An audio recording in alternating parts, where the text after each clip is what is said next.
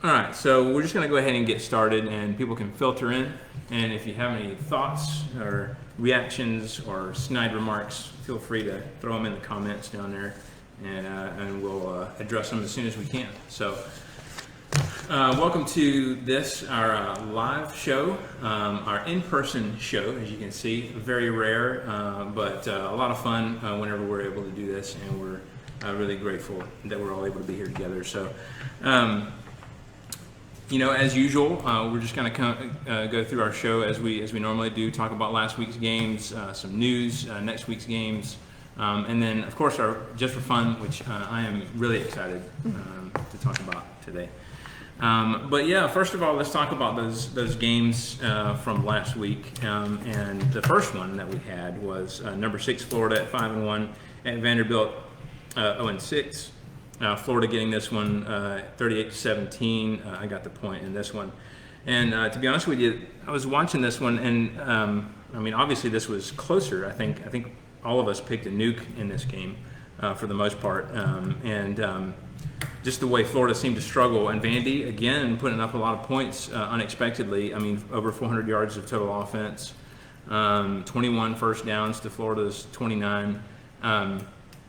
So interesting note here, if you were following the game, at the end of the first, Vandy was leading 10-7, and then at the end of half, Florida was leading 17-10. So just a one-possession game, even at the end of half. So really unexpected, and as we said, lots of offense for Vandy. I am really interested, Jesse. I want to talk to you first about this one. We've talked about Florida and their suspect defense all year. Is this?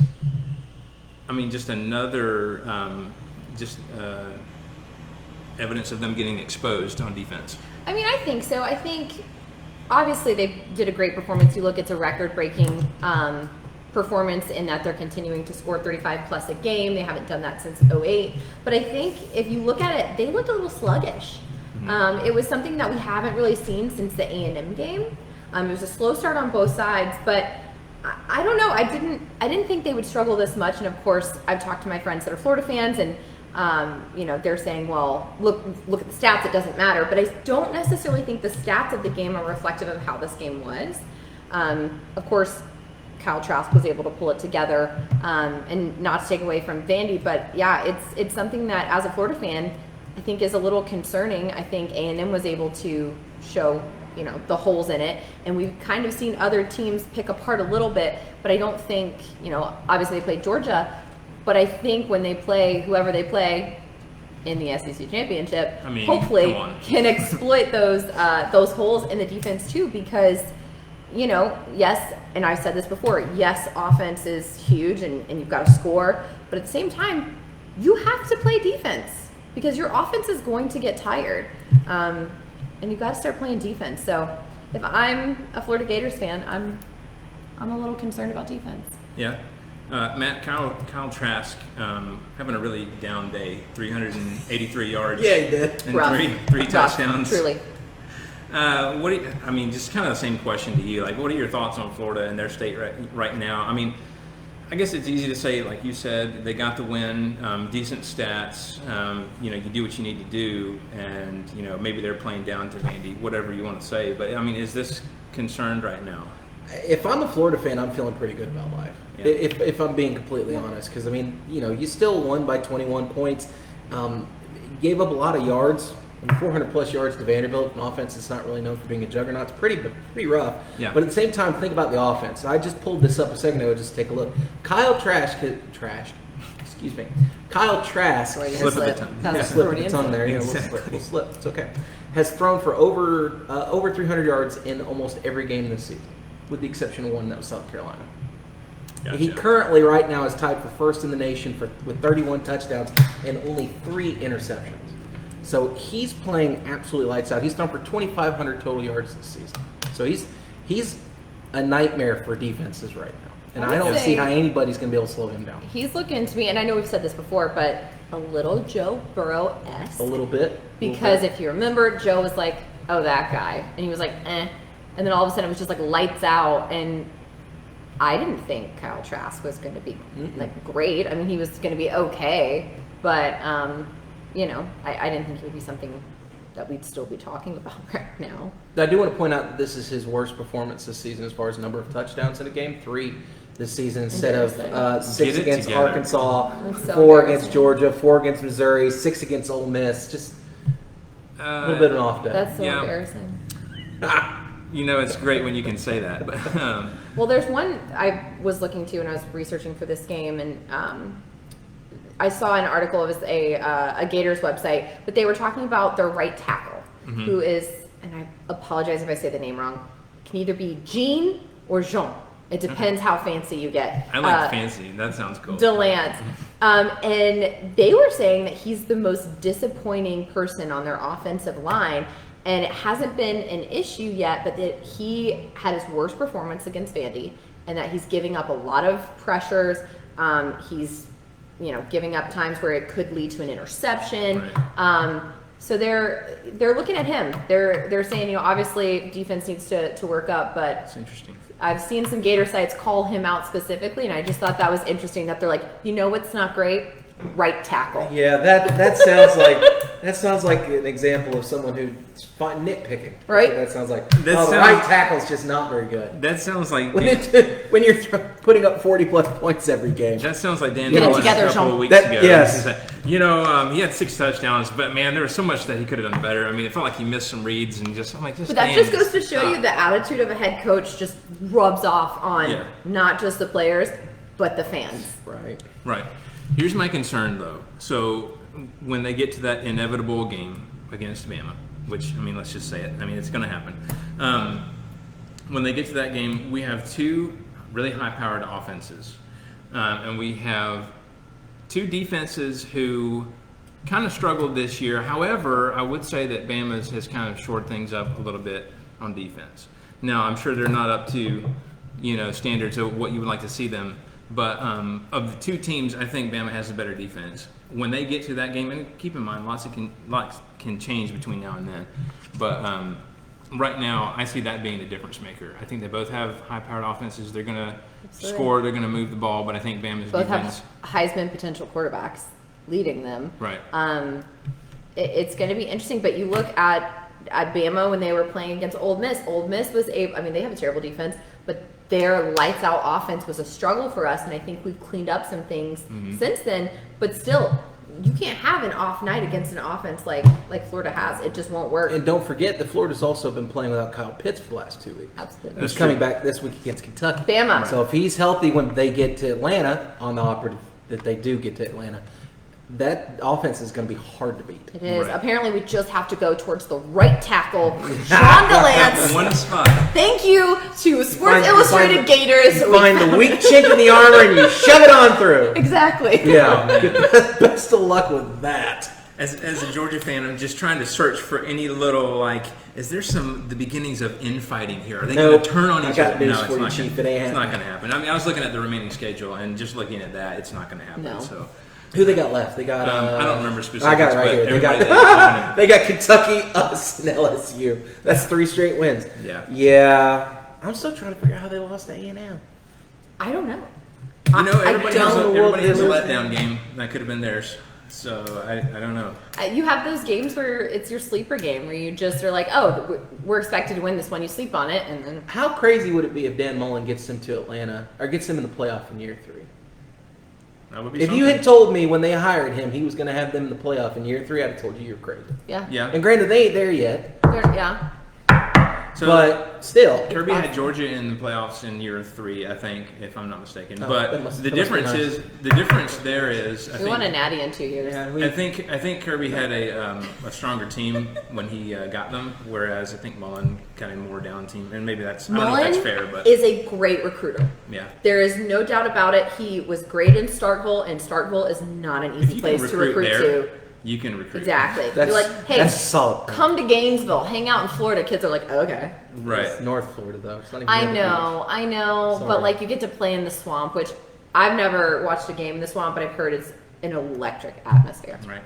And they play Tom Petty at the end, right? It's So- not beach. No, didn't we think they were playing the Lumineers last time? oh gosh, no, he was playing. No, they were. They were playing the Lumineers after the ball game was over. Yeah. Yay! That's right. What, was Nothing That was- against the Lumineers. That was playing while They Lane were was interviewing. talking. Yeah, well, they were interviewing And somebody. who was that they were playing?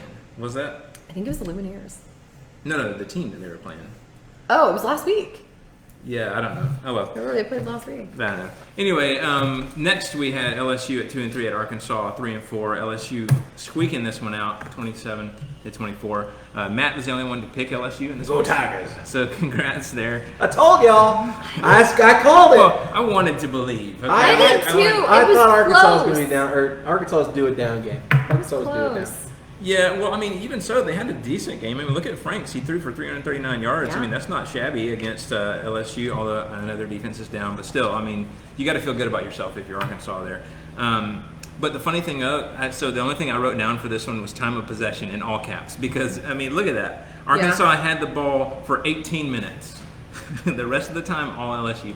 And I'm like, your defense can't survive that, you know. No. So LSU, they would score, they would march down the field in an orderly fashion, and time would tick off the clock, blah blah blah. And then Arkansas, they would score, but it would be in like 4 or 5 plays. And so that's all well and good because you take points however you can get them, but Arkansas also on third down in this game against LSU, 0 for 10. Didn't convert a single third down. it's because every time they were scoring, it was just like they would get rolling on like first or second down, and then just bam. If there's Oh, anything for we 10. can tell you, it's number one, you can't turn over the ball. Number Gotta two, convert on third you got to convert on third down. Third down. Well, and I think if you have the ball for 18 minutes, you're probably going to lose no matter what. That's true. Yeah. Because you're not determining the pace of that game at all. No, mean, there's your no defense has to strategy be- involved in that. Your defense has to have be to be gassed. strategic. That's anemic. Yeah. Can you That's imagine time being for a that defensive shit's player bad. and being on the field for that long? for That's a Arkansas? long day. It's insane. It's a very long day.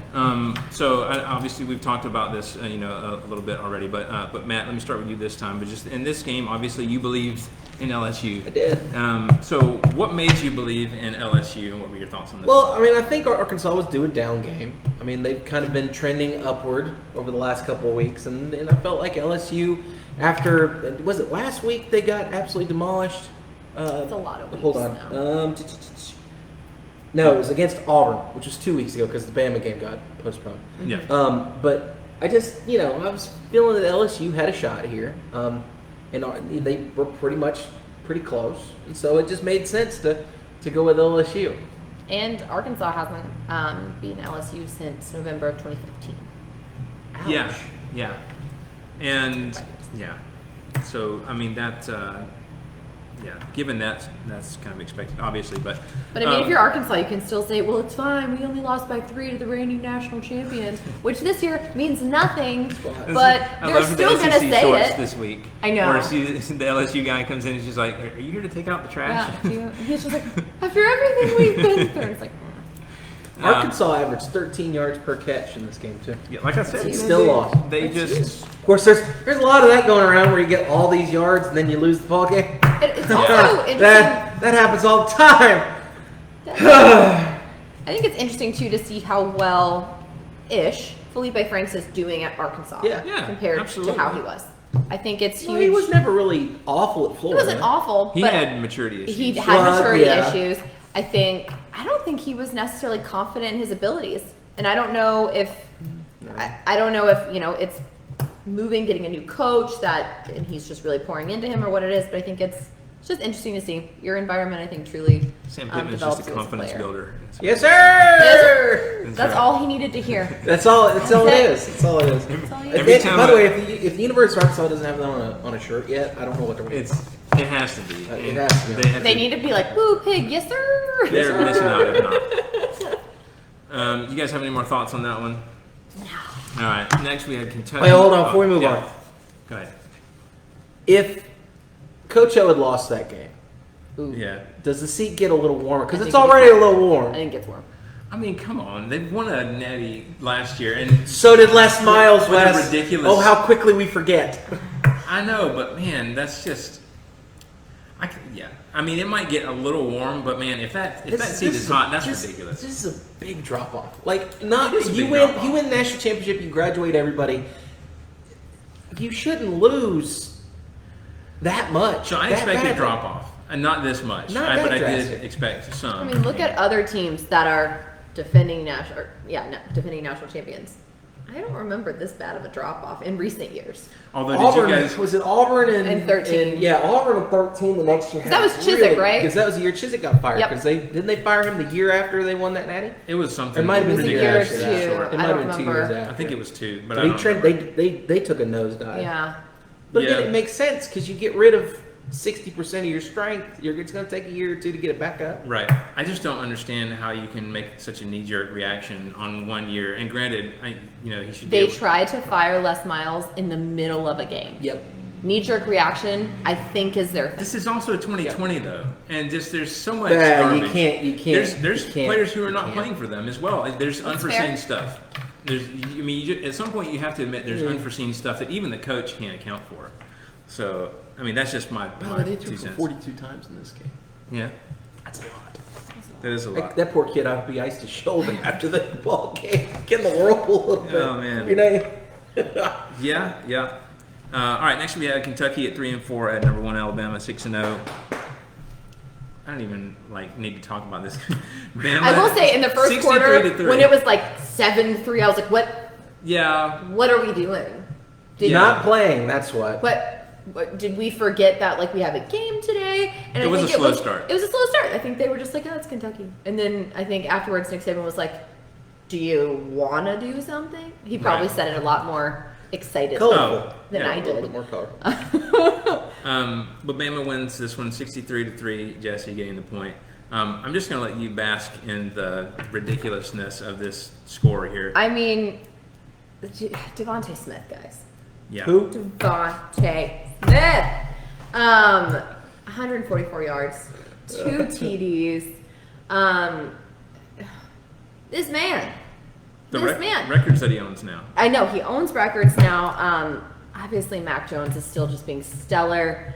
This is an offense that I love watching. And don't get me wrong, I've loved watching a lot of Alabama offenses. Not all. I won't say all, but a lot of them. There's just so many to pick from over the There's past. so many Must, good years. must be a great feeling. I wouldn't know what that looks like.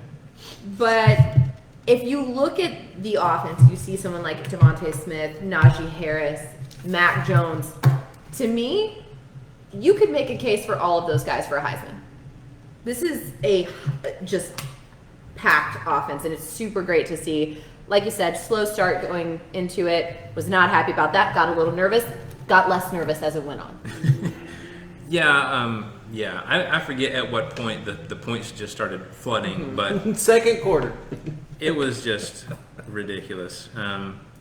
Do you have anything else to add? I mean, no, it's a 63-3 game against Kentucky. What are you Like, gonna I'm not say? going to pontificate, but It's a great word, by the way. it just feels good. It's, yeah.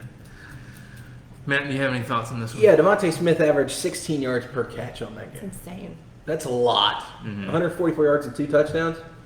Sheesh. That's just. At almost that point, I feel like you need to roll the safety over, play as a second cornerback or something. They I were don't saying feel we'd like an be adjustment hurting was made after there at a all ball. in that secondary of Kentucky's. And Kentucky's got a pretty good defense. They do. They do. This that year speaks, so far been really good against the pass. That speaks to Bama's strength on the offense. Yeah, they have so many weapons, and at some point it's just like, who do you pick to guard? And so 509 total yards of offense. yeah. And Florida had what? 586. They also had a defensive score too, didn't they? At some point, I'm pretty sure they did. I think it was a so. pick six or something like that. I mean, everyone was like, "You're never going to be okay after Jalen Waddle." Devontae Smith said, "Hold my beer." Not really, people. Yeah. Not really. Unless he's underage. in which I case think he might be wouldn't say underage, that. and we don't allow Say, hold my that. Mountain Dew. There we go. We're very safe. Well, actually, probably protein.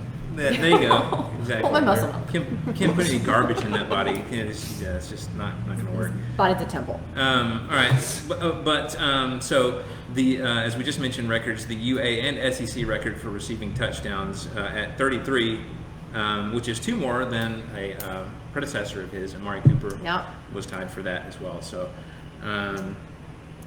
embarrassment of riches, as we say almost every week. I'm not embarrassed. You better Yeah. enjoy it while you got it. It won't last forever.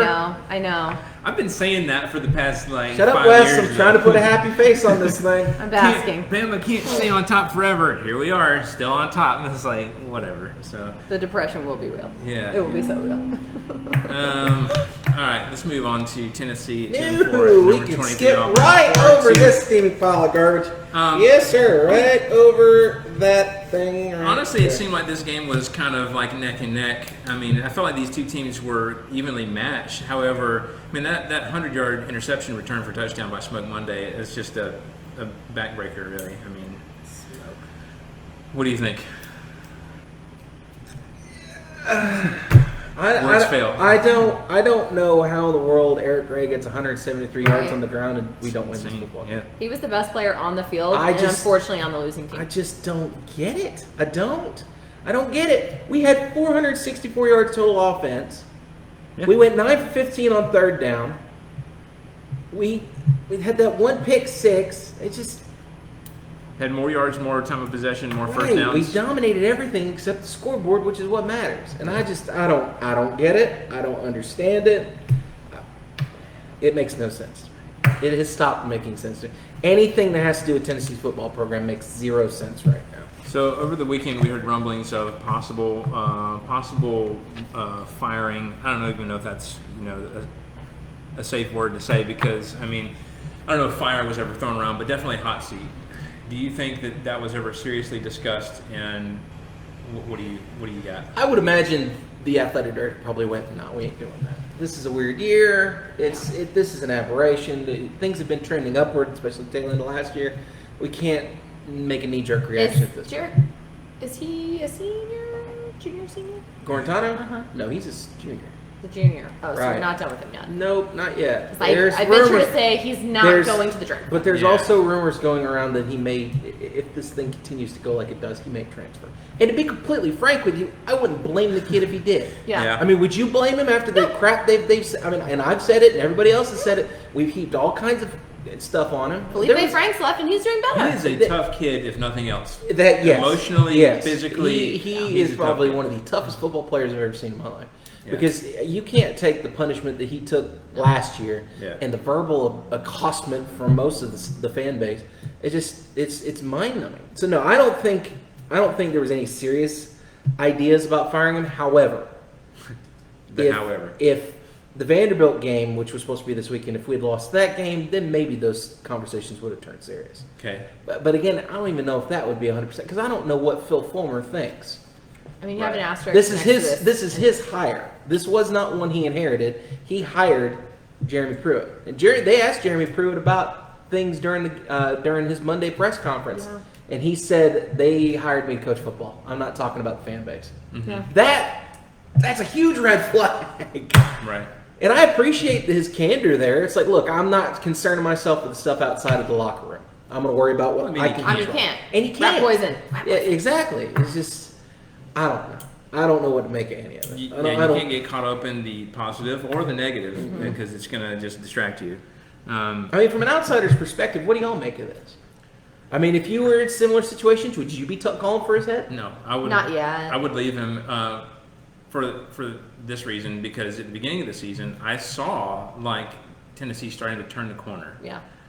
And I don't know what I happened. mean, we were on a 5-game win streak to finish out last season with a pretty solid bowl game win. Yeah. And then, we won our first 3 games, and then it's just been ever since. Yeah, I don't know really what's happened since then, and maybe it's just, insanity in 2020 or whatever you want to call it. And people are going to go on and on about the Gorentano thing, but I'm not convinced that it's a quarterback issue. Yeah. Because if you watched Moore, or if you watched any other, or Harrison Bailey, or any other quarterbacks that have played for us, it's a big drop-off. Yeah. It's a huge drop-off. Yeah. I mean, Pruitt said it too this weekend. He said, I thought we were efficient on offense. We ran the ball. We've just got to finish drives. And that's not just on the quarterback at all. That's on everybody.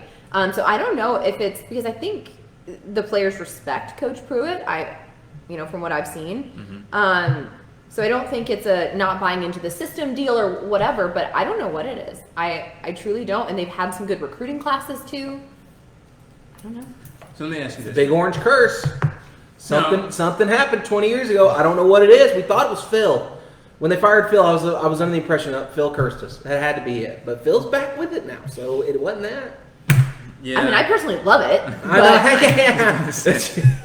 I mean, I'm not being gonna in the lie. East, I don't hate that a powerhouse is down a little bit, but I'm glad that you called us powerhouse. I feel like we The have third to- Saturday in October, I love it. Somebody on Twitter the other day was calling out bandwagon Tennessee fans, and I was like, where? What bandwagon Tennessee fans? There are none left. Do you mean for like the Titans, or like what do you? Like, what Maybe they meant that. are you smoking where you think there are bandwagon Tennessee fans? They got off the bandwagon in 2007. yeah. So let me ask you this, because I was listening to a podcast earlier this week where Herb Street was talking about, he was actually talking about Michigan, but I think the same principle applies. He was talking about how Michigan, maybe it's not Harbaugh, maybe it's not the head coach, because they've been through how many head coaches there. I can't name them all. I know Rich Rod was one of them. Rich Rod. There was another one that was in there. There's been several. Those other a guys. couple. And he said that really, in order to have a successful program, you really need to have the president, the AD, and the head coach all in like alignment, where their goals are the same and all that stuff. And he thinks that, you know, he was sharing that he thought that maybe that's what's going on here, is that maybe the three of them just can't get on the same page with what they want to do with the program. Do you think that could be something going on with Tennessee? Because it's a similar cycle we're seeing. And again, I'm giving this strictly off of just an outsider's viewpoint, but it seems like Phil and Jeremy Pruitt are going to be on the same mindset. Yeah. I would say, just Okay. going off of their philosophies and the way that we've kind of seen how they interact. I don't know who the president of Tennessee is. I think there was a little bit of turnover on that 2 years ago, if my memory serves me correctly. Yeah. So Yeah, I don't know how- that might be where the breakdown is. But the thing about that is I don't know how that particular setup influences how we perform on a Saturday. Right. I mean, I understand where they're coming from, like in the grand overarching Sure, scheme. it's more of a Right. but like we should have won this ball game. right. We beat them in every category you're supposed to beat somebody in, but we didn't beat them in the one that mattered, which is score. Right. It makes no sense. And it's not just Auburn, because if it were just Auburn, I would say it was the. No, voodoo. it's been that way every time. Every Yeah. time we've lost this season, it's been, with the exception of I think which game we got absolutely nuked by a couple people. I can't remember who, but anyway, yeah. There's been a couple of games where we've been in it, and then it just spiraled out of control, like the Arkansas game. Probably should have won that ball game. Mm-hmm. Georgia Right. was a nuke. We knew that was going to happen. Kentucky shouldn't have even happened. Right. Yeah, I didn't. That one was unbelievable. Yeah, Yeah. that was weird. I don't think it was just y'all. I think Kentucky had like the perfect game. Yeah, also. I guess so. But that's 5 straight with Florida and A&M left to go, Yeah. and Vanderbilt. I don't know. It's not shaping up to be good. Yeah. It's not shaping up to be good. Because you're looking at potentially 6, 7, 3 and 7 this season. That's a long shot away from 7 and 5 last season. Yeah, Long shot away. Yeah. 2020. I don't know. It's wild. All right, let's go ahead and get to Mississippi State at 2-4 at number 13. Georgia 4-2. Georgia winning this one 31-24. I can't wait to hear your Matt got the point in this one. Cannot My wait. explanation. I don't- Explain yourself, Not Wes. much of an explanation. I just don't Explain understand how in the yourself. heck Georgia doesn't stop. How Mississippi State, first off, is able to hang 24 on that defense, and then also how Georgia's not able to run all over the field on it. Well, you can't have everything at once. Explain. Yeah, You Wes. can't have everything at once, right? So I need a flashlight. What's going on? So JT Daniels and his Georgia premiere, whatever you want to call it, his first debut. Yeah. They're calling him a first rounder for next season, by the way. Go ahead. Yes. I saw that today. What? Yeah. Who? Somebody somewhere. Twitter? No, someone somewhere said that they're talking about him being a first round pick when he eventually comes Someone out. Anyway, somewhere. go ahead. Continue. All right, so the introduction of JT Daniels to the world, or at least to the SEC world, 401 yards, 4 touchdowns. That's my point. You can't have everything at once. Like, we finally can throw the ball. So therefore, it makes perfect sense that we can't run the ball, right? Now, Kirby said he knew that Mississippi State, they got a tough defense. And I think really what happened there is they basically just kind of stacked the box and were like, look, we're going to dare you to throw. You're not going to run, and you just have to make plays. And to JT's credit, he did. He has a great deep ball, which obviously we haven't seen yet this year, and just putting it up there and letting the receivers run underneath it. So several scores that way. But as you pointed out, Georgia rushing for 8 yards as a team. Of course, if you take away the sacks, I think it was 29. Big deal, whatever. But I think that's what was going on there is Mississippi State stacking the box. but that deep ball gives Georgia fans hope, and that is something that at the quarterback position we have been lacking all year.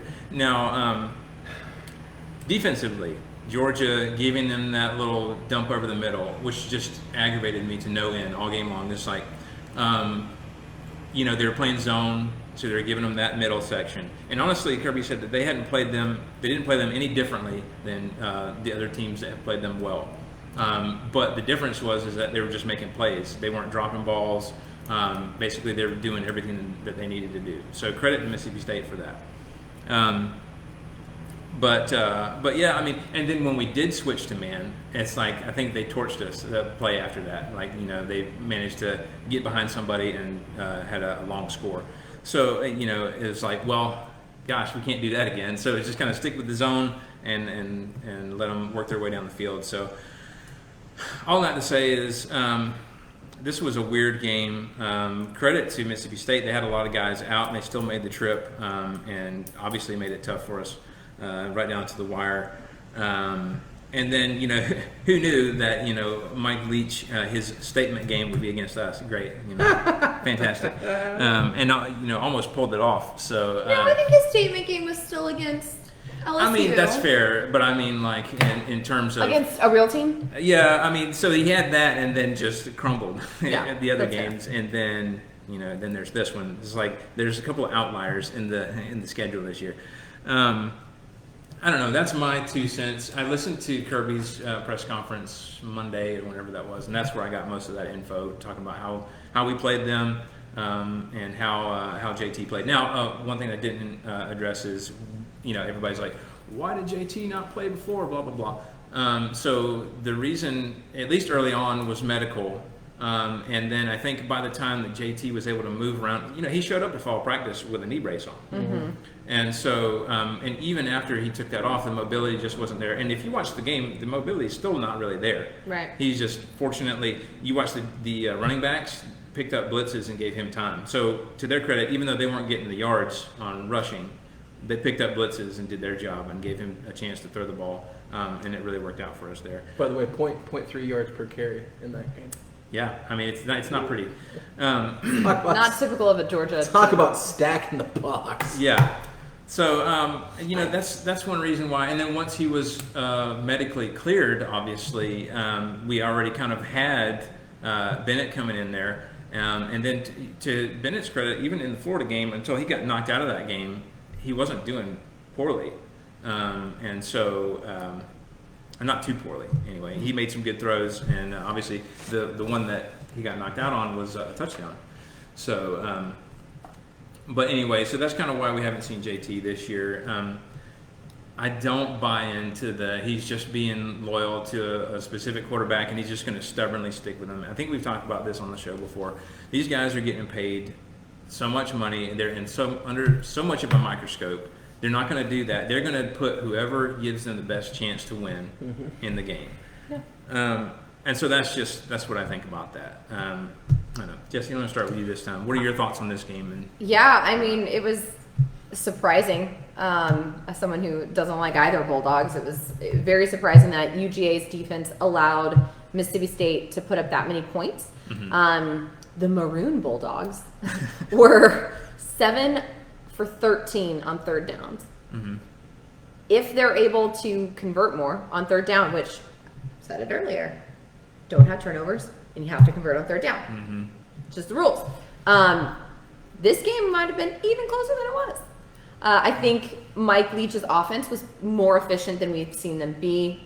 Freshman Will Rogers was 41 of 52 passing for 336 yards. It's not bad. Speaking of icing down the shoulder. Yeah, I was about to say that's right. Old throwing arm. Of course, he wasn't throwing it downfield. Like I said, most of it was just over the middle. Literally, one of the articles I saw said he dinked and dunked his way down the field. That's what it was. Which, I mean, if it works, it works. Because in the zone. Yeah, I mean, that's the thing. You just take what the defense gives you. Yeah. It kept them in the game. I mean, they were never blown out. It truly did. I just need the picture of JT Daniels to be different. I hate it so much. Yeah, he's fixed the mustache thing. He doesn't look nearly as bad. The middle part? Yeah. JT. Of course, when he's got the honey. headband during the game, you can't see that. I know. It just. So it's funny. In game, JT looks a lot different than suit and tie. JT. I know. Suit and tie JT, you think is like normally the one that looks better. You know, I bet Right. he did this on a dare. I bet wondered an that. offensive lineman said, "Dude, you know what you need to do for the pictures this week?" Yeah. I wondered that. Oh, It's like, absolutely. It's how like the frat bad? boys who take the ugliest composite pictures. Right. They shave a mullet, they get like a little stash. That's what they do. how But bad can I make myself look? For yeah, this you photo? know, his mom was like, "I was going to frame that in the house, JT. I was going to frame that." And he's like, "Why can't you?" That reminds me of that photo of you in high school, a little bit. My senior year field trip. Yeah, it's a great no. photo, by the way. I have not seen this Just photo. remind that. I have questions. I have questions. You're going to be at that house tomorrow. I expect a text. It's around. It's somewhere. I don't It's know. around. I'm proud of that one. It was pretty funny. But no, I mean, if you look at the stat lines here, they're pretty similar. I mean, obviously UGA had more overall total yards, a little bit longer, or no, UGA had shorter possession. Yeah. Yep. Shorter possession. By I 6 mean, minutes. Yep. I mean, they were and able to less control the first pace. downs. They were able to control the pace. So I mean, yeah, just surprising. I think. I don't know what I want to see. What does the rest of Georgia's schedule look like? South Carolina, Mm. and then I think we're gonna play Mizzou. They rescheduled that one, and I forget what the other one is. If they and one of those is a rescheduled game. I don't know if you got it pulled up there. I don't. I have it in front can of pull it up in 2 seconds. me. It's people that we should beat. Okay. Yeah, Okay. Carolina's next, then Vanderbilt, and then that's all that's on here. Yeah, I think they were thinking about doing the Mizzou one later, but the who Mizzou knows? the Mizzou game's probably on the The 19th, possibly. Yeah, 12th and I 19th. mean, maybe Because we're not going to be somewhere else on that day. So. probably not. But if I'm a Mississippi State fan, maybe a little bit of hope now. A little, not much, just a little bit. Well, I only hesitate to buy into that concept wholesale because let's not forget this is the Mississippi State team that got absolutely demolished by Alabama, 41-0. When you look at who they've lost Yeah, to, it was so good. they lost to Arkansas, they lost to Kentucky, they got blown out by Kentucky Yeah, they 20-42. did. They lost to A&M, they got blown out by Alabama. They barely, they squeaked by Vanderbilt, and then they barely just lost weird. to Georgia. Maybe they're trending upward. Maybe. Just Or saying. this could be another thing like the LSU game where it's just an outlier. I mean, because they didn't win, but like it's just an outlier that they did okay. But they've got a favorable couple. Well, not really. Now that I look at it, they got Ole Miss next week, and then Missouri. They should be able to beat. Maybe might beat Missouri. Ooh, I don't know. Might beat Missouri, and then they got to finish the season with Auburn. I don't know if they win. Unless any they of those. come back and they'll come back and play Auburn at the tail end because they were supposed to play Auburn last weekend, but it got postponed. Yeah. I don't know if they win any Or of the week those. before. Excuse me. Yeah, it's been a You don't think disappointing they win first any of season. those two? I don't know if they I win think any of I think those they three. beat Missouri. You do? I think so. I mean, maybe. I think probably I think If the this high team- watermark of Missouri this season was that Carolina game we were going to talk about. In a second. If this team shows up, yes. I think If they the beat team that played Kentucky shows up, no. Well, let's not forget that Rodgers is just kind of getting into his That's own fair. as well. I mean, That's fair. Costello starting the season and then remaining in there, and obviously, finally Rodgers coming in. But yeah, I mean, we'll see how they go. Weird vibes. I don't know what to think about Mississippi State. They're a conundrum, as it were. A lot of teams in the West are kind of weird this year. LSU's been weird. Mississippi State's been weird. Auburn's weird. Auburn's always kind of Ole funky. Miss is, hard to Ole Miss figure out. is A&M's a A little lot of weird. offense. And I just The say only that. team in the West that's solid top to bottom is Bama. Right? I've heard that before too. East. I mean, call a spade here. Okay, well, so we'll see how that goes, and obviously, I'm really curious to see how Georgia's kind of new look offense. Also, he had all his receivers in this game as well, which, again, in fairness to Bennett before, he had some of his best receivers out. Pickens was out, for at least one, maybe two of those games. I mean, so there's a lot that factors in, and JT obviously benefited from having a full receiving core. So.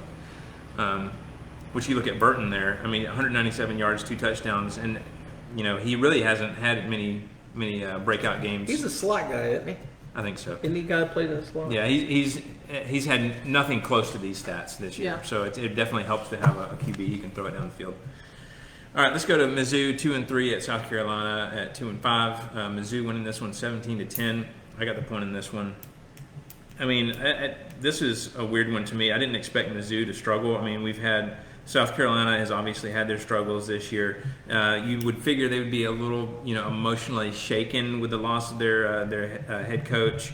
I love that you have the word demoralized. Demoralized. I love it. It's a strong word. Just write that down. That's a great word. I mean, you got to say. I mean, when you've had this, leader or whatever for, however long most of these guys. If that's what you want to call him, yes. Well, I mean, he is that. Technically, whether he's a good one or not, that's up for debate. But or was a good one. But it's got to shake you a little bit. I mean, he's recruited most of these guys. The reason that they are at this school is because of him. Yeah, that's fair. So that has to be really weird. So, but still, they get Mizzou gets the win against them. And Mizzou, man, and we've talked about this as well. Jekyll and Hyde. I mean, I don't really know what to think of them from week to week. Some weeks they look like they're kind of getting command of their game, and then other times it's like, come on, South Carolina. I mean, you guys should be able to take care of them. South Carolina game should have been one of those where it's like you're taking advantage of someone that's like emotionally compromised. Right. Yeah. I don't know who in the Carolina sideline made the adjustments that they did, but going into the half, it was 17-0. Yeah. Right. Mizzou didn't score this game again. probably should have been like 24-3, 24-10. It should have been a little bit further, but Carolina made an adjustment in the second half, started to come back on it. Mm-hmm. Yeah, Mizzou didn't score anymore. Yeah. So, I mean, I guess if anything positive for Mizzou, you could say is, hey, at least they were able to hang on. Yeah. You hung on against South Carolina. By the way, what's the story on Colin Hill? Carolina's quarterback. He didn't play in this one. I missed the story here. Oh yeah, I'm not really sure. This one was going on at the same time as the Georgia game, and so I was kind of flipping around, and I didn't hear. And I'm looking on ESPN. I don't see anything. Oh God, these numbers are not good. No. For the season, he's thrown 6 interceptions and 6 touchdowns. And that does not count as a completion just because it does go to someone. But seriously, Colin Hill didn't play a snap in this game. I'm just trying to figure out why Luke Doty took off. And no offense to Mr. and Mrs. Doty on this one, but you got to change that last name. Yeah. I'm sorry. That's not, if you play quarterback for any school, Doty is just not going to work. Steele. Make your last name something. There was also, isn't he the one who played for South Carolina, the guy with the last name Smelly? Yeah, pretty sure. So I do remember Smelly. There's been some interesting names at South Carolina. And then with their mascot, you can take that all kinds of ways. Anyway, No!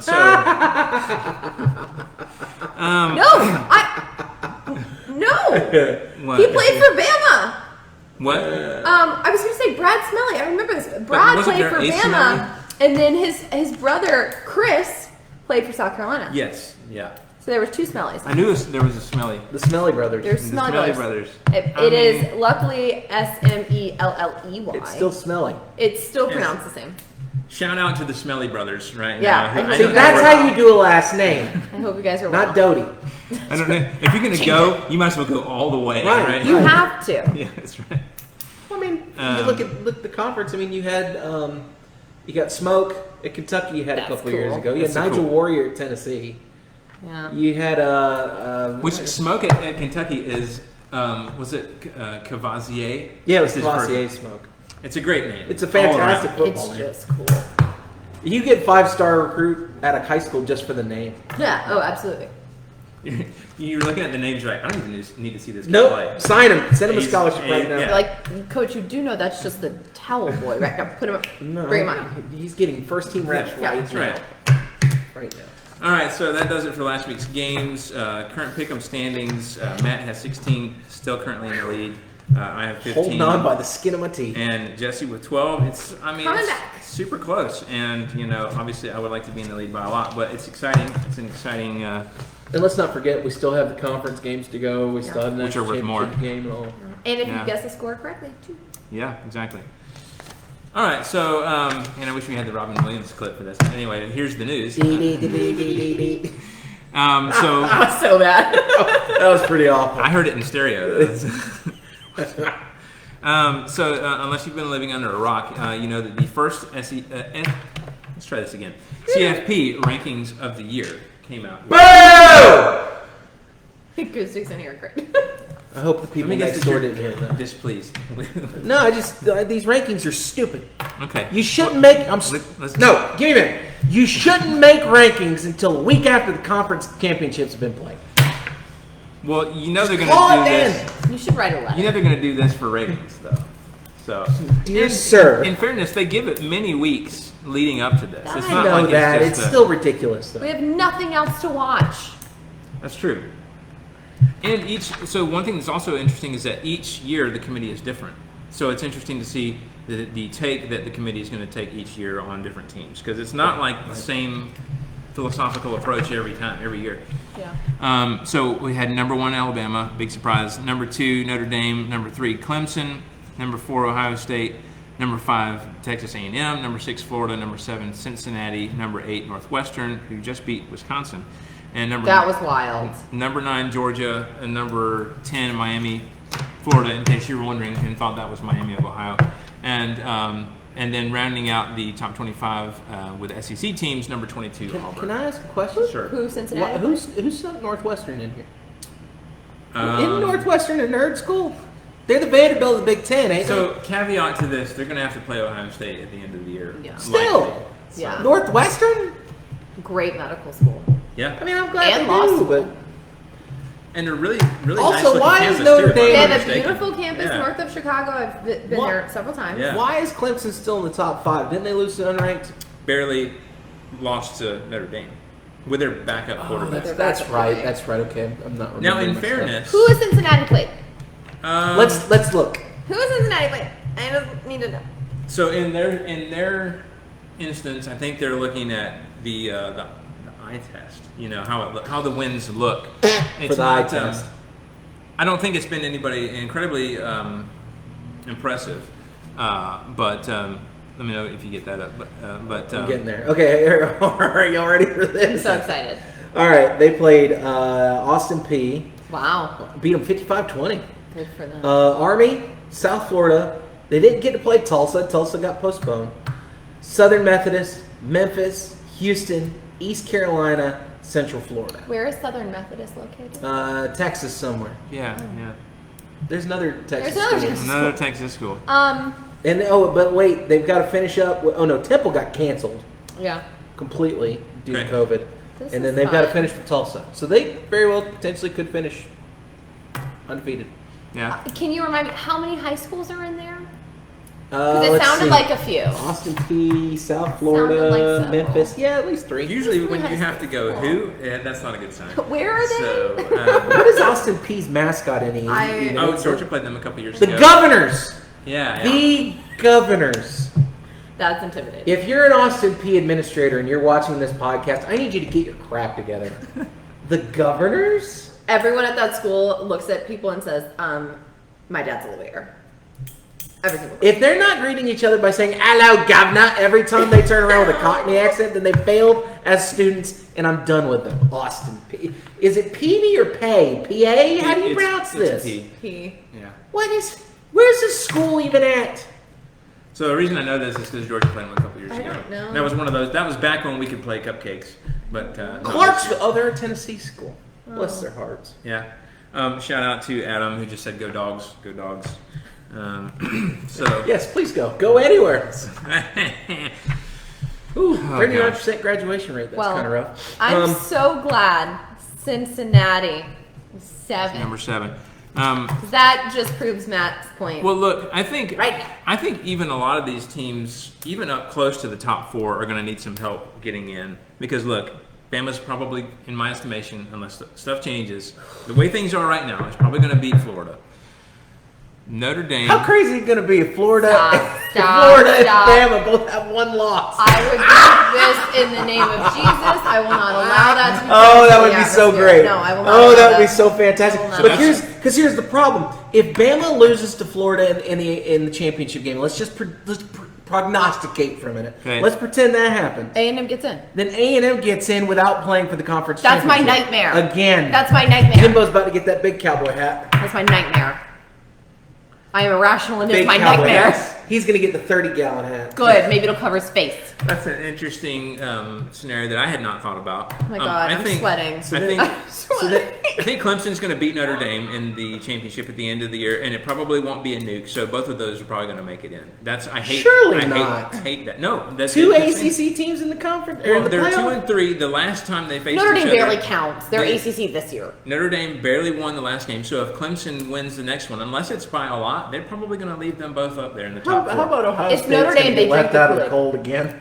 No, Ohio State's going to win their Do you conference think- championship, and they're going to be in as well. They'll That's what I'm be saying. But I'm saying, forget the playoff. If we're looking at this, do you think an A&M team would beat an Ohio State team? Ohio State? Probably. Yeah. I don't know. Let's look at how Ohio State traditionally plays against SEC teams. Absolutely. They usually get annihilated. Yeah. Every Except year. for that one year where they beat Bama. Except Yeah. that one year they beat We're not Bama. That talking was an about that. aberration. There's an exception That was to every Cardale rule. Jones, Les. right? You're not talking about that. The fact of the matter is that every time, with the exceptions, that Ohio State gets mixed in with the big boys, they get their teeth kicked in. Yeah. Historically, that has happened a lot. But But then again, they also There's Notre Dame. have Justin Fields now. How's that feel, by the way, Wes? Are you okay with Feels that? fine. Does that feel We've talked fine? about this. I'm fine with it. Okay, I have moved on. fine. I have moved on. Okay, sometimes The it's like- girlfriend has the sports car boyfriend who's also a member of the Fortune 500 You know what? club or something like that. in life you can only control. Her mom the liked me things- better, okay? You can only control the things that you control. Everything else, you just gotta let it go. So That's been my mantra for the past 6 weeks. that It's- ship it's has insane. sailed and whatever. So By the way, kudos to Miami for getting in the top Snuck 10. in. Nice to see yeah, that. yeah. All right, I don't really have anything else about it, but No. man, I think these top 4 may stay intact because I don't think so. I think Bama's gonna I win. pray to God. I think Clemson and Notre Well, Dame might I flip. want chaos. I want Florida. No, The stop. heck with it. But then Not. if they win, then you could possibly see 2 SEC teams getting in at that point. Because if it's a close Could. game, So you'd be looking at like Florida at 2 and Bama at 4? Would they play again? Possibly. No, I would hope that the 'Cause then committee 1 would and put 4, them 2 where and they would 3. play each other immediately again. Ooh, I don't know. I wouldn't put anything past the committee. I don't know. I feel like then Bama would be like, wait, hold on. Let's put that LSU game back on the books. We're playing them. We're just gonna something's gonna happen. But with as convincing of victories as Bama has had all year, let's just say that they have a random loss to Florida. I think you could see both of them getting in, and I don't even know if Bama drops to 4. They might, depending on how they lose, they could just maybe drop. But A&M's only loss is to us, Yeah. right? So presumably that they'll win the rest of There's a them. lot that could go wrong. That's what I'm saying. There's a lot that could go wrong because then And you there's a look, lot of what's happened lately. Because then going it's on, like, too. okay, then Florida has 1 loss, then we have 1 loss, then A&M has 1 loss, and it's like, can we just chunk in 3 SEC teams? in the A&M top beat 4? Florida. Florida beats You Bama. know Bama beats that A&M. people would have. It's like what happened in the SEC East like 17 years ago when it was we beat Tennessee beat Georgia, Georgia beat Florida, Florida beat something like that. It's Just a little round robin where it made no sense. Even if it was deserving, people would just have a connection. It'd be right. It'd be if exactly there was- like it was when LSU and Bama went to the Natty, and they were like, "It's the reason we got the playoff." Yeah. But like, could it happen? It That was could. back in the old BCS. That was the BCS. Could you have 3 SEC teams? You have 3 SEC. That's what we were just saying. Potentially, I'm saying You know how crazy that would be if not it, going to happen. If It's it, if it was Notre Dame, Bama, Florida, A&M. So if all Notre those, Dame gets annihilated. if all those teams were discussed in the discussion, the committee is Oh, going I to walk love in, and the committee chairman is going to walk in and say, "Guys, we all know We need more money. that they're supposed to that the 3 SEC teams deserve to be here. However, we cannot do this for the sanity of everyone involved. So we're going to do something We else." say that, but if you remember, I think it was a couple years ago. It was in, gosh, it must have been, was it 18? When Georgia played Bama, Bama was 1, Georgia was 4. Yeah, but no, not even then. When was it? It may have been the year before that. It may have been, it was in recent years. Maybe 16 or 17. Isn't that right? Or am I I I can't misremembering remember. that? I don't But recall. it was when, was it Maybe when I'm Ohio misremembering the State order. got snubbed, maybe? Yeah. Whenever it was like we're waiting for the last minute, Bama, we were like they're not in the top 4, and then all of a sudden last That's minute it. we got stuck in there, and everyone lost their mind. I'm sorry, I flipped it. You're right. So Yeah. Bama was 4, Georgia was whatever we were. I don't remember. We made it, and I was just happy. That's Yeah, all. Ohio Yeah. State got left out. So, I got news for you.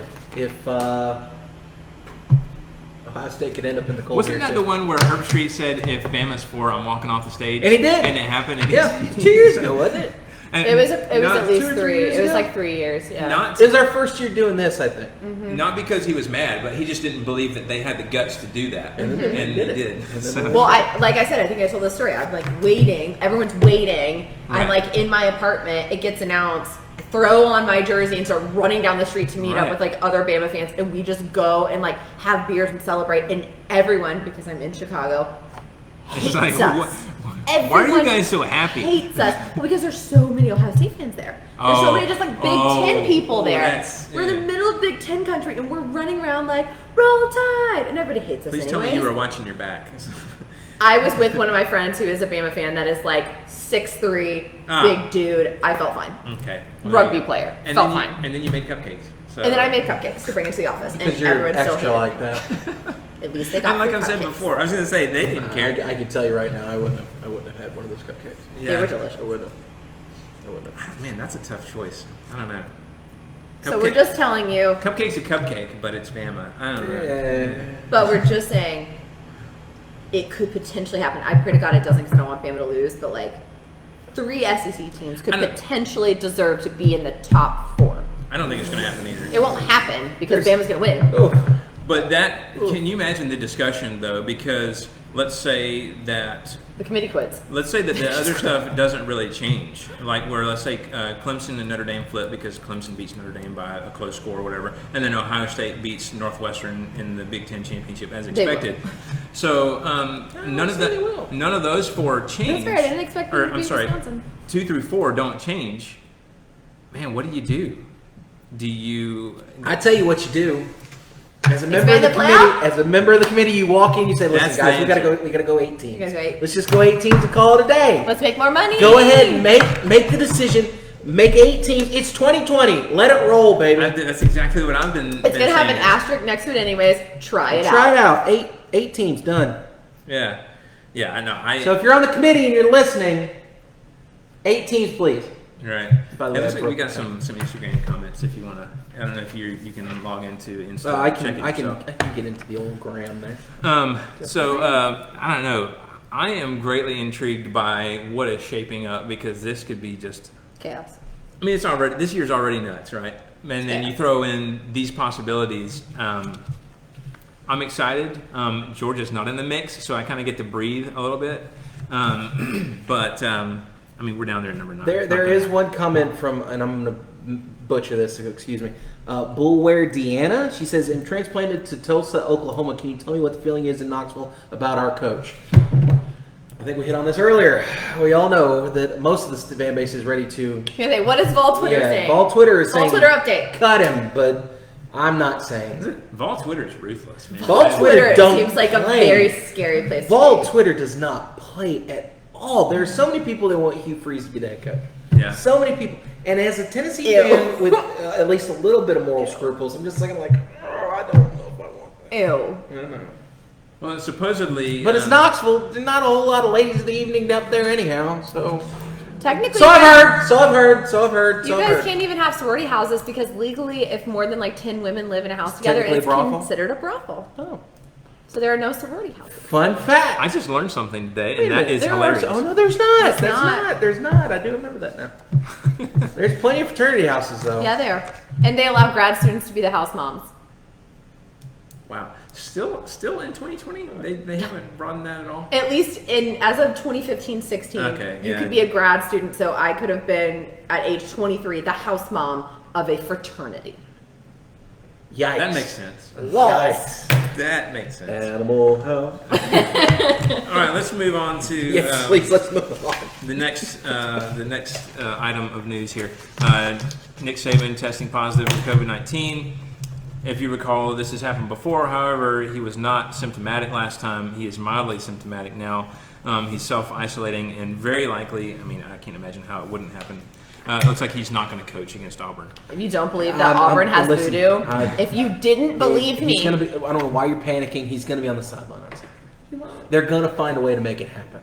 now he might be on the The man could be intubated and on a breathing tube. They'd find a way for him to be on the sideline. If Big Al is coaching, just let it happen, okay? I was going to say, He's gonna have the Big Al head on. Fine, over there. okay. What if He's gonna be tilt up the head and like, all right, guys. Yeah, it'll be fine. Or he's on the jumbotron. I don't know. I don't know who that is. It's just a lookalike. They used to do like Hugh his Freeze cousin. did a couple years ago when he had that bad knee where he was up in the press box watching the game. They just need to have Nick little on the, bubble. Nick on like a Have throne one press watching the game. One press box with just him. No Just one him. else. There's enough up there. Yeah. I'm surprised they haven't thought of that. I don't know what I think the rules are, the COVID rules say can't that be the in there at coach all. cannot, like if they are supposed to quarantine because of COVID, they cannot be anywhere near the game. They cannot be on the that premises makes or sense. influencing the game in any way. So like Nick can't like text Sark and be Right. like, yo dude, like, Y2 skinny banana. right? Like he can't do that, unfortunately. Now walkie-talkies, no one has said if that's illegal. Right. You see Sark over there with this giant thing. What's that? that? What's that? What, coach? Coach, What's can that? you hear me What now? was that latitude and longitude? Right. 3630 It's and not five. even him, it's my mom. Right, It's not yeah, even. It's not. Nick's not- at home eating it's not- oatmeal cream pies. Right. You know what? Just let Miss Terry down there, okay? I'm fine with that too. You know, that actually might work better. Nick is averse to technology, so an old school walkie-talkie might He be wouldn't know it. better. I'm trying the whole time to figure out how to send an email. Yeah. I bet he's cussing up a storm the entire time. Oh my god. I almost changed my pick, not on who was going to win, but on the score for this one, and we'll talk about that Yeah. later. But I almost did. Of but course, that- it happened with Auburn. So here, I think. Well, I'll talk about it later. I Sweater don't vest. want to get ahead of myself. They burned a sweater vest. They burned a daggum parka. And then in other COVID news, SEC said in the statement that the Arkansas-Missouri game was postponed due to a combination of positive tests, contact tracing, and subsequent quarantining of individuals within the Arkansas football program, consistent with SEC COVID-19 management requirements. So, the Vanderbilt-Missouri game is a rescheduling of a game postponed on October the 17th. Obviously, Tennessee was supposed to play Vanderbilt this weekend, but Yep. now they have decided to, I guess, postpone that or whatever. And so Vanderbilt's going to play a Missouri game against Missouri, and that is a rescheduling of a game from October the 17th. That one will be on noon at Eastern Time Saturday and televised by the SEC Network. Missouri also had its November 14th game against Georgia postponed. So, we'll see what happens with that. I think we talked about this a little bit earlier. It's a possibility that maybe they may, reschedule Vandy, Tennessee. So does Tennessee just get the week off? Get a bye. It's so weird. It's so weird. Apparently we're they were in the middle of practice when Pruitt got news on that too. So he's like, okay, well we'll practice for a couple of days and then take a couple of days off, I guess. I still just want to know the Weird. thought process behind that. You know what I mean? It's like, to me, it's kind of like, it's neither one of these games has greater gravity. You know what I mean? It's like, why did you make that choice? I don't know why they did that, unless they know something we don't. Yeah, I don't know. Pruitt's just like, I don't want to deal with ball Twitter. Everyone go home. Yeah. Nobody wants to deal with Vol Twitter. So much. I'm so still that- shocked. I haven't heard from Vol Twitter about the comments I made a couple weeks ago. I'm a little surprised as well. They sent you a handwritten letter. Yes. I haven't got Strongly worded. All right, so next, so I don't have anything for the opinion segment unless you guys have any burning opinions that you'd like to share or anything like that. I'm really upset with Auburn, and I blame them for my sadness right now. it. BYU's overrated. Shouldn't be in contention for anything. Well, they're not. If you look at the CP. I know, but there's talk about they were feeling snubbed. yeah. And Well, they can feel snubbed. We looked at their Mountain schedule West. and lack of Power They 5 probably feel opponents. snubbed because they looked at Cincinnati's schedule and they were like, They got in. wait, so you let Yeah. them in? Not wrong. You're not wrong. I mean, you are not. I don't know. Yeah, there's a lot to be said about that. But all right, let's go ahead and get into next week's matchups. let's get Did ready I- to rumble. Did I include the Vandy Mizzou? I almost got worried there. I was like, I don't remember if I wrote that game in or not, but I did. All right, so let's talk about next week's matchups. Let's get ready to rumble. The first game of the day, Kentucky at 3-5 at number 6, Florida 6-1, noon on ESPN. I just think that this is going to be a sound drubbing, and I think Florida's going to win this one big. I got them 45-21. Jesse, what do you have. Yeah, I think you're going to see another impressive game from Kyle Trask. Hopefully, Jean Delance, the right guard, steps it up. I'm telling you. Poor kid. Poor guy. Poor kid. But no, the Gators are going to take this one. I think it's going to be 42-21. Okay, Matt. Giving them a lot of credit there. I'm going to say Kentucky's not going to be able to do much here. I'm thinking a late touchdown at the end. I'm going to say the score's going to be 42-10 Florida. Okay. All right. By the way, Florida's favored 25 points according to Vegas right now. Yeah. So that's what we're looking at. Mm-hmm. All right. Next we have Vandy at 0-7 at Mizzou, 3-3. Nerd Bowl. Noon. Yeah, I said it. The Nerd Bowl. But Well- you wouldn't say that to Derek Mason. I was gonna say Derek Mason, maybe not so much. Maybe Derek the rest Mason of the could beat the snot. Nice. maybe the rest of the Patrick team. Bliss. Derek Mason. Yeah. Fly to Wow, barbecue. big talker over here, He's man. nice. All right, so noon on SEC Network. This one was supposed to be like a super close game, and I almost want to say that they had Mizzou favored, but I went with Vandy on this one. I think they're going to get their lone win of the season. They need it. I got Vandy at 21-10. What do you have? I rolled my dice on Vandy a few weeks ago, and it did not pan out for me. So I am unfortunately picking the coach nerd in this one. So I'm going to pick Mizzou. I think it's close.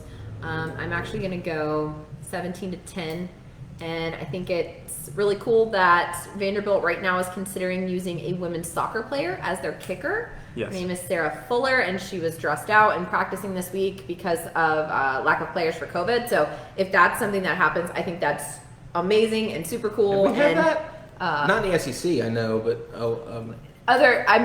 for soccer players or for female kickers? just female They've players. had at all, female have they? kickers, Yeah. yeah, but that's super cool. Have we had that in the SEC?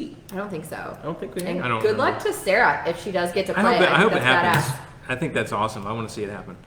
All right, so Mizzou, another 17-10 game for you. All right, Matt, what do you Yep. have? And by the way, did you say 21-10 or did you mean 21-20? You wrote 21-20. I'm sorry, I misspoke. 21-20. Okay. Very so close. You're saying Vanderbilt squeaks this one out. Yeah, Okay. yep, that's what That I was got. the exact word you said, wasn't it? Did you say I said squeak? that for an earlier game. Okay, And then- all right. Yeah. Yeah, Mizzou, according to Vegas right now, is favored by 15.5. So, good teams win ball games. Great teams beat spreads. Mizzou's not a great team. I'm saying Mizzou wins this thing 24-10. Okay. 24-10. All right, so all right, next we have the Iron Bowl. Relax. And- Shh, it's okay. And It's not yet. number 22 Auburn at 5-2 at number 1 Alabama 7-0, 3:30 on CBS. The Iron Bowl. These teams first met in 1893, and Alabama leads the series 46-37 and 1. And I would just like to point out that even though this technically isn't rivalry week, for many teams it is, including this one. Jesse, I don't know if you have any history that you'd like to share with us about the Iron Bowl, but at the very least, what is your pick? So, Hate them so much, especially now that they have tried to take out my coach with a pandemic. Oh, so good God, they didn't actually do that. you Jesse. don't know that. I have a pretty good understanding of how the human body works, and he probably contracted it from somebody that wears an A on their shirt. They do too. Okay. they sent him a Make it Bama big. sweater Make it vest. big. Yeah, that they had- probably did. That had COVID all over it. Yeah, So- they're like, we're so thankful to be in the same state as you. No, I wish I had some great history on this one. It is a game that historically you can look back and see it doesn't matter how good we are, how bad we are, how good or bad they are. We play each other really hard, and it is honestly a game that is worth watching, and sometimes you don't know what is going to happen because what should happen doesn't always happen. I am feeling a little bit better that we are not at Jordan Hare, and that Thank you for saying it correctly. and that we are at Bryant Denny. So I'm going to pick Bama, even without Nick Saban, Steve Sarkisian. Do not let me down. 52-21. Woo!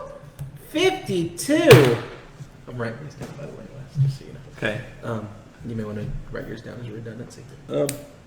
Redundancy. Yeah. What do you got? What? It's a redundancy. It's a great. They're just make sure. It's, Call me redundant. I'm not calling you redundant. I'm I was just just saying it's. Anyway. Boys. Sorry. I love it. I'm looking at the line here. Bama's favored 24 points. I think that's a bit generous, don't you? No. Generous? You really think that Georgia? You really think Bama's going to beat them by 3 touchdowns? Yeah. Probably. My senior year we did. Yeah, I'm going to say probably the same thing. Bama wins this ball game. I'm going to say 42-16. Nice little different number there.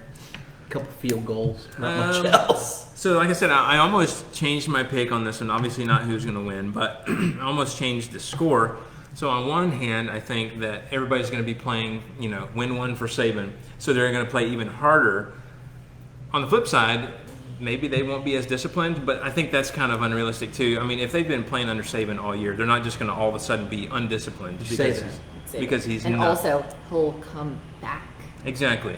So I mean, there's all those factors to figure in, and I just think that, and that's why I stuck with my score. Ultimately, I think it's going to balance itself out. I think they might play with maybe a little bit more emotion, maybe slightly less disciplined, but at the same time, they're going to be trying to win that one for Saban. Of course, they wish that he was there. So, Get well. Yeah. Yes, and we do wish him well, obviously. So most of us do. I wasn't going to say anything. I don't have anything personally against the man, except the fact that I hate his guts and I wish he'd go somewhere else. Aside from that, I have no issue with him. Don't make that face. And I'm irrational about Jimbo Fisher. It's true. Yeah, but Jimbo Fisher hasn't beaten your teeth in for the last 15 years. No, he hasn't. Nick Saban. He hasn't had the opportunity. I just have moral, Oh, issues. don't start talking about morality when Nick Saban's your head football coach. He's Come a off it now. lovely man. Okay. Wes, what's your Bama score?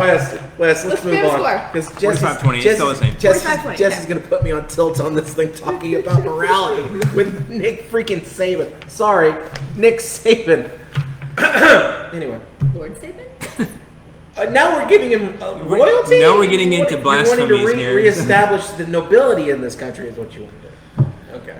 Oh, this has turned into a history podcast. All right. I have a degree in it. Yeah, so that's fair. All right, so keeping on the rivalry week theme, next up we have Mississippi State 2-5 at Ole Miss 3-4. The Egg Bowl will be played at 4 p.m. on SEC Network. These teams played for the first time in 1901. Ole Miss leads the series 62-46-6. Fun fact: the reason it's called the Egg Bowl is because their trophy back in the day was one of the old school footballs that looks more like an egg than a football now. Yeah. So they just call it, it's the Egg Bowl. So, Or, yeah. So, this one, I think we're going to see a lot of offense. Ole Miss obviously has a lot of offense.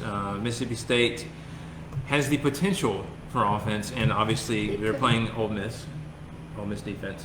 So, Swiss cheese. I think there's going to be a lot of points scored here. I do have Ole Miss pulling ahead, though. I got them winning 38-28. Jesse? I also agree. I think while Ole Miss's defense is Swiss cheese, I don't think that the Mississippi State offense is still good enough to quite run through it. So I'm going to pick Ole Miss 41-28. Okay. I have a feeling Ole Miss is going to jump out early and stay there. So I'm going to say Ole Miss is 42-20. What did you say your pick was, Jesse? I'm sorry. 41-28 Ole Miss. 48. 41-28. 41-28. Sorry, my number dyslexia kicked in. He's really trying to tweak the I points. know. It's like, I have it written down too, guys. You say 41. It's a redundancy. So you said 48? Is that what You said 48-0, I right? said That's what you said? 42-16. That's what you said. No wonder I'm not up in the pickups. No, I said 42-16. I don't think Ole Miss. Wait, you said 42 what? No. I said 42-20. Now we're all Sorry, I those said 42-20. numbers. Okay. All right. I don't think Mississippi State's going to be able to do much. Okay. A little bit. but Maybe. not so- Do I need to watch what you're Yeah, putting I'm down putting the here? same thing I do you're need to putting. watch? No, you don't need to watch. I'm Okay. putting. Okay, all right. All right, next we have LSU at 3-3 at number 5, Texas A&M 5-1, 7 p.m. on ESPN. This, as far as I can tell, doesn't have a name, but it is a rivalry. These teams first met in 1899. LSU leads the series 34-21-3. Yeah, I think Texas A&M is just going to torch LSU's defense. I mean, I don't know how else to say it. LSU's defense struggled. A&M has enough firepower to definitely score a lot of points on them, and I'm going to go with them. A&M winning 41-27. Jesse? Yeah, I'm gonna have to pick TMU. I think LSU it's not their year, and A&M is proven to be a pretty good team.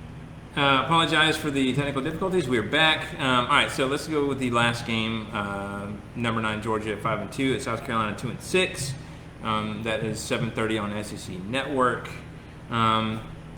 I think Georgia should be able to handle them, and I'm interested to see what JT Daniels does. Hopefully, we can run the ball in this game. That would be nice. I'm going to go with Georgia winning this one 34-17. That's what you got. Yeah, I think UGA takes this one, even if it is at South Carolina. I'm thinking they put them away 35-20. 35-20.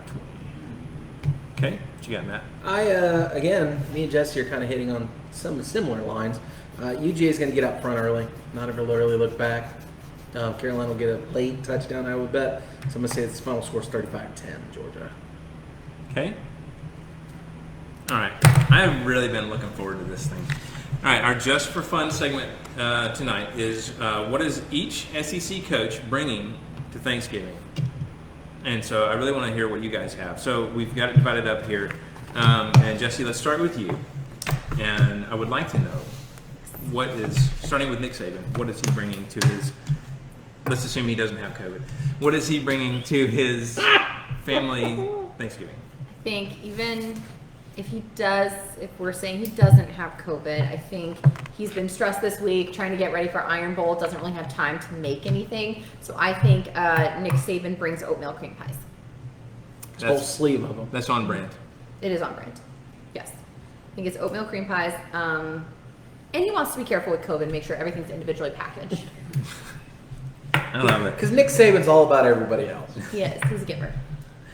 Okay, all right, so Saban, okay, we've got that. And then Sam Pittman, what do you got for Sam? Because I looked at Sam Pittman, I think this man is bringing black-eyed peas with like hog jowls in them. Like he's just in it.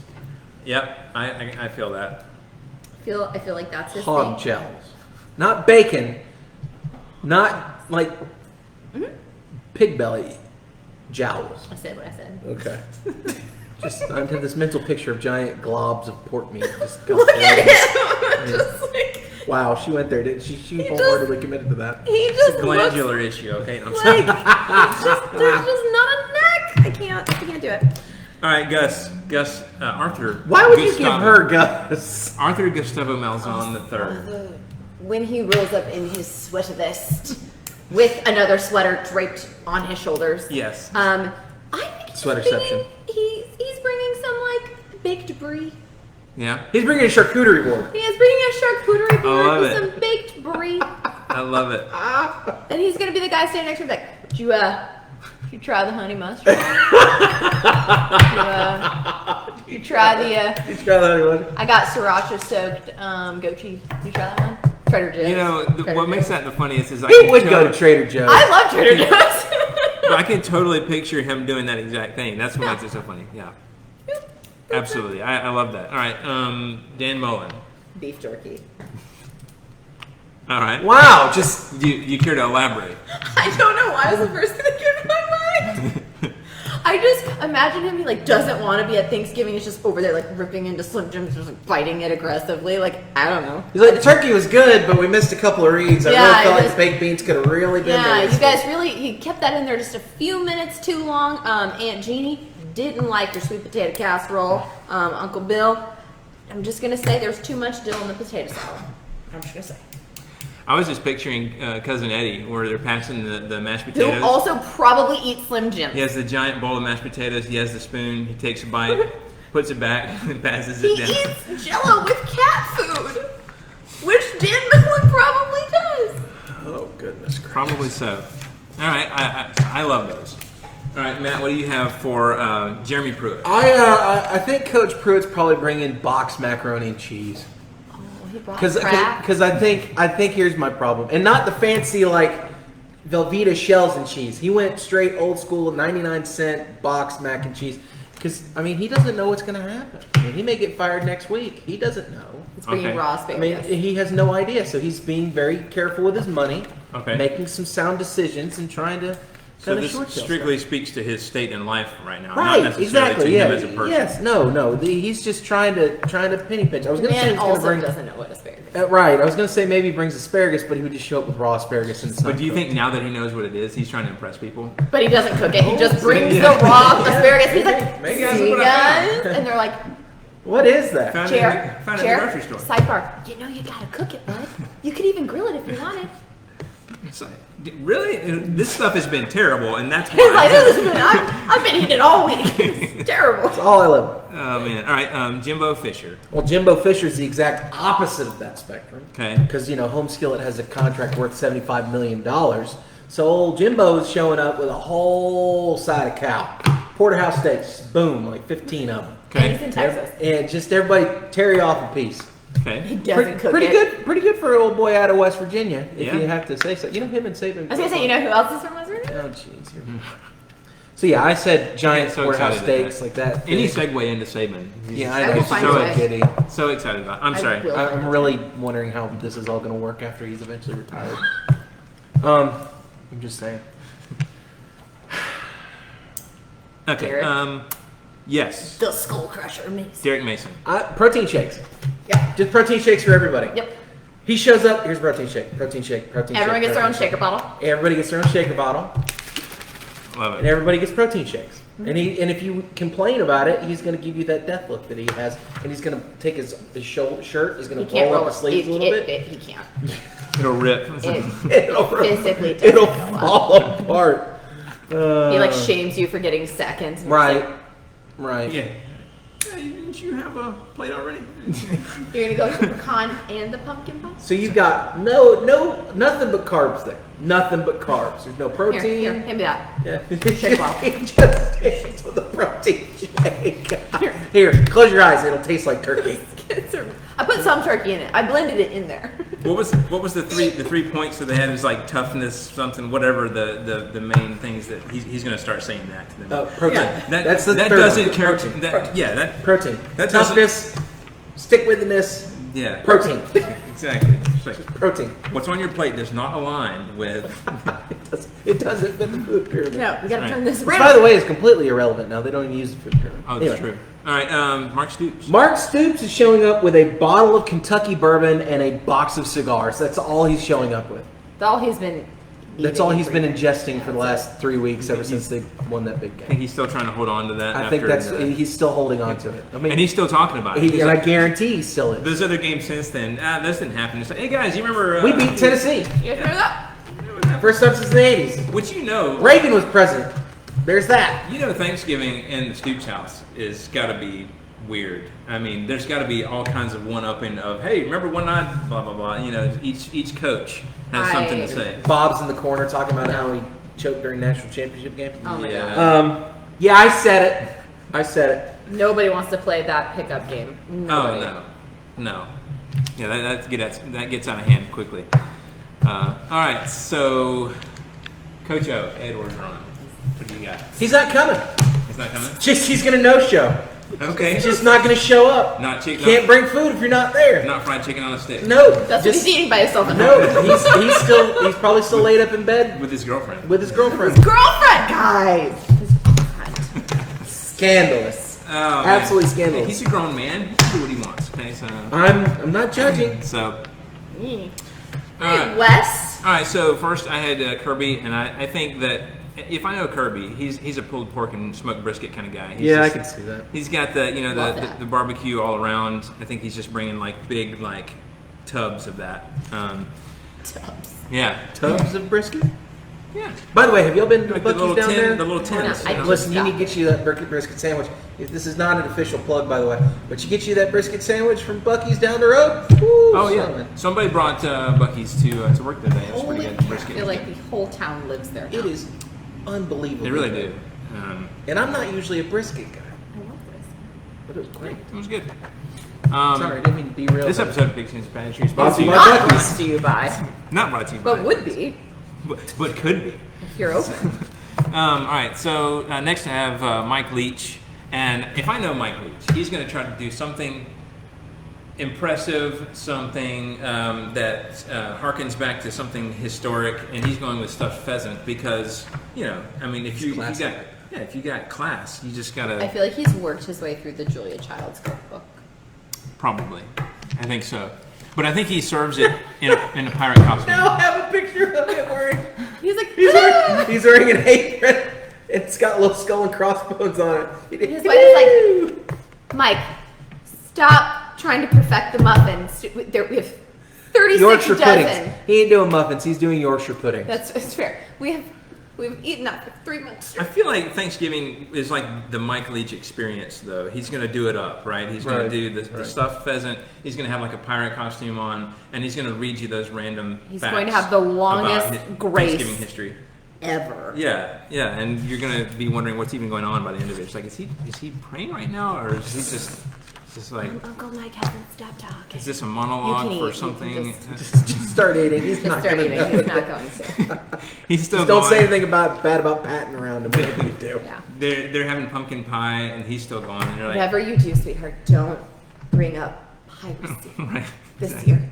We had enough last year. Ye be warned. You be warned. You better start believing in pirate stories. We're not gonna have the Blackbeard fiasco of 1998. We're not gonna do it. Do you think he has a room in his house 100%. that's just completely just pirated out? Just pirate stuff everywhere. I think he has one of the, at the end of Step Brothers where they get them the pirate, they give them the ship. He has that. I bet. I think he's got 2 rooms. He has one that's just general history because he loves history, but then he's got one that's just pirates. Right. So. It's in the ship in the backyard because his wife is like, Mike, we're not doing this. And it probably has like Is he married? Yeah, he's married. It probably has like an actual cannon in there too that he can roll out the window. And I'm really shoot at kind of things. shocked they haven't. No. Do they have a cannon? Do they fire off a cannon at Mississippi State? I don't think so. That seems like something They just have you'd bells, introduce. cowbells. Just cowbells as far as I know. All right. Ole Miss, Lane Kiffin. I think that he's going to bring the solo cups and a half-empty whiskey bottle. Thought you were going to say co-ed. And a co-ed. But I think we all Y'all know. are making a lot of judgments about I think Lane. we all Lane's know grown why up. it's half-empty. Lane has too. matured. Give him a little bit of credit. He has no reason to mature now. He's a free man. He's in Ole Miss. There's no reason. And there's no rules. Exactly. So, but he's like, they're like, Right. Lane, did you bring anything? He's like, Yeah, I brought the whiskey. Sorry, broke It's into just it on the the way solo over cups. here, And but he's like, you know. yeah. I'm like, Lane. He's like, fine. He like goes out. He finds like half-eaten bag of Lay's, and he's like, Yeah. stop yelling at me, Mom. Yeah, He like pours it into a basket real quick. Like, look, I served it. Nobody said it had to be cooked. That's right. Okay, and then we have Eli Drinkwitz, or Drinky as you call him. I think that he's like spent hours baking on some really fancy pie or cake recipe, and that's what he brings. He brings the dessert. I feel like He's worked extra hard on. he's probably a pineapple upside down guy. You know what? I get pineapple Totally upside see down that. vibes. And somebody probably says something Or like bad a about flan, it. like a flan. Oh, or creme Yeah. brulee. Or creme He's brulee. he's Like, he would be the guy that would do he's creme over there, and brulees. he's like torching it. And he's like, what But it's like the are you- 4th time he's made them, because the first Yeah. 3 times he got water in him, and that ruins Yeah. creme brulee. Yeah. So he had to do it again. And like the little cousins are like, Mom, I just want pecan pie. And like, will you just please Just eat. Right. He just worked really hard on creme that. And I brulee. don't want to hear it on the way home. Please eat it. By the way, creme brulee is delicious. It is. It's Just so- so we're all clear so on that, it's good. fantastic. And then like that one like brother-in-law is like, "What is this?" And he's like, "I spent hours on that." And Get out of here with your commie torch. yeah, exactly. So, all right. Next we had Mike Bobo, and I'm sorry, I had to go there. He brings the turkey and dressing because he, like his offense, is predictable. Wow, Wes. Got him. Wow, Wes. I'm just saying. There's a lot going on. If There's a lot to anyone unpack knows- there. If anyone knows, it should be me. Okay, so You was y'all's offensive coordinator for how long? a long time, longer What's than like too long? Yeah, too long is the answer to that question. I mean, me and friends friends and I used to sit there and we would like say stuff before it happened. And we're like, look, if you and me sitting here can tell what's about to happen, those defenses know what's gonna happen. So They Third and literally six- study this. 3rd 16, what are we running? Screen um, pass. oh, probably like a halfback dive up the middle or something. Fullback draw. He's trying. something very conservative. He's got a lot of pressure right now. It's going to be interesting to see who ends up with that Carolina job. What if it is Mike Bobo? I think the problem. Oh, man, there'd be so many upset people. Here's the thing. The problem that I had with Bobo was he called lots of great plays, but he called it for a lot of great athletes too, like Gurley, Aaron Murray, a lot of guys back then who were just really prolific athletes. But when it came time for like the key decision or like a play where this is like make or break, you're like, what was he thinking? Without fail. So anyway, we'll see what happens with that coaching spot. But yeah, that's what he's bringing for Thanksgiving dinner. So that actually does it for this week's show. We greatly appreciate you guys sticking with us through the technical difficulties. If you would like to contact us, hit us up on email at pigskinsandpageantry@gmail.com. We're on Facebook at facebook.com/pigskinsandpageantry. Twitter, we're on PPSEC Podcast, and also on Instagram at pigskinsandpageantry. Don't forget we're available for download on iTunes, Stitcher, TuneIn Radio, and most podcasting apps for iPhone, Android, and other operating systems. And I'll try to get this video exported from Facebook Live and uploaded to YouTube as quickly as possible as well, so you guys can enjoy it there too. So thank you for joining us. Until next time, this is Wes. Go Dogs. Happy Thanksgiving, guys. Roll Tide. Beat Auburn. And I can't say the things I'm thinking about Auburn. And get well, Coach. Have a good Turkey Day, guys. And you know what? War Eagle. Oh. Yeah, I did it. I did it. There you go. If you thought Tennessee was cursed, then just wait.